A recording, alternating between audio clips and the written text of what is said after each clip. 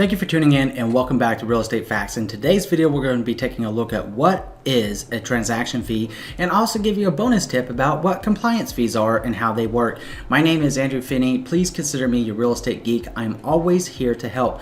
My contact information is in the show more description below and on the back side of this video as well. So let's go ahead and get into what is a transaction fee. It may come as some surprise. There may be a transaction fee depending on the disclosures that you had from your agent. Now, ideally, what's going to happen is you're going to have full disclosure whether you're getting ready to sell your home or getting ready to buy a home up front before you actually get into the escrow process or before you put your home up for sale.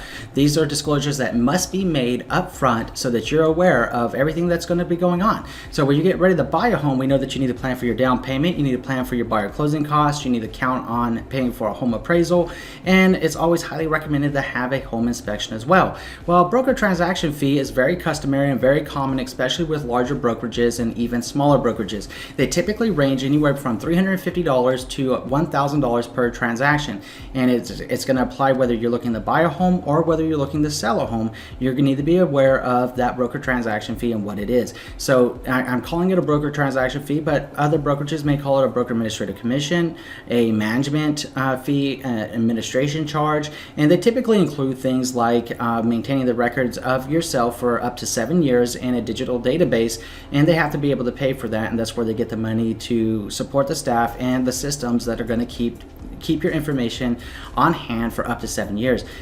They also go towards franchise fees. In some cases, they may be applied to errors and omissions insurance. They could also be applied to attorney retainers. If you're in a non-attorney state and the brokerage actually has an attorney, they may be using a portion of that fee for retaining the attorney fees as well. It also includes the overhead of the actual structure. When you met your broker at their office, that office is being paid for, and it's also coming from that as well. So plan on it. It's not necessarily a bad thing. It's just something that you need to be aware of, and you need to ask your real estate agent what the broker transaction fee is when you're getting ready to buy or sell a home so that you're aware of it. So what are other transaction fees? Other transaction fees that you need to be prepared to pay for are things like transfer taxes. Now, typically a seller is going to pay the real property transfer tax whenever you get ready to close on your new home. A buyer may be paying part, if it's an HOA community, they may be paying the entry fees into the HOA, also called a reserve account in many HOAs, and the sellers will be paying the portion to leave the HOA and transfer the files in between them as the former owner and to you, the new owner.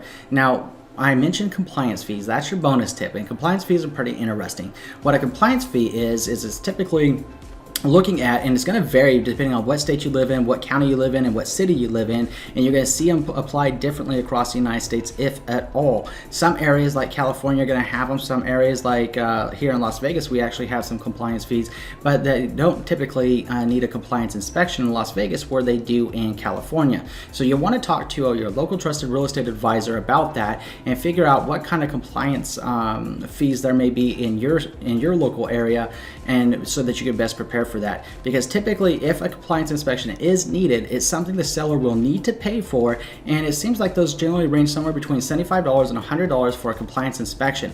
And what they're looking for are anything that the local county or the local city has said, hey, these are the things that you need to get done to bring your home up to speed with what's going on in our community and make it better. So by making it better, let's take California as an example. We know that California, unfortunately, is prone to earthquakes and to wildfires, and recently California was devastated by wildfires, and my heart goes out to you, and I really hope and pray that you guys are able to get back on your feet soon. And a lot of contributions coming out there, a lot of love for you guys as well. So speaking of that, going back to compliance fees, if there's a wildfire, what is something that would make sense to have a compliance inspection for? Your gas shutoff valve. You want to make sure that you have an emergency gas shutoff valve so that in the case of a wildfire, that the homes just don't all blow up across the neighborhood because the fire got into the gas line. That's an example. Earthquake straps, also known as seismic straps, are another requirement, and that's actually a requirement to a lot of loans here in Las Vegas itself. Even though we don't get rocked by California does by earthquakes, it's still a requirement here to have them on there just as a safety protocol, because we do get them, although rarely, we do get them. So it's one of those things that people want to make sure that we're being overly cautious.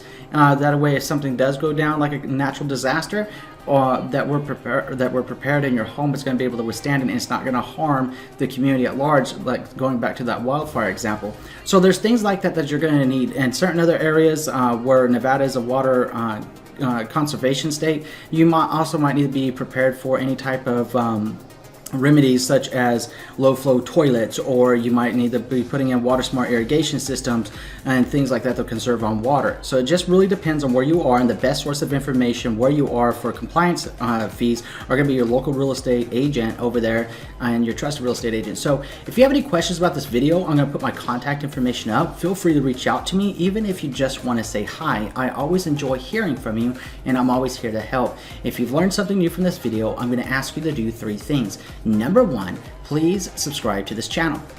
Number 2, please like this video.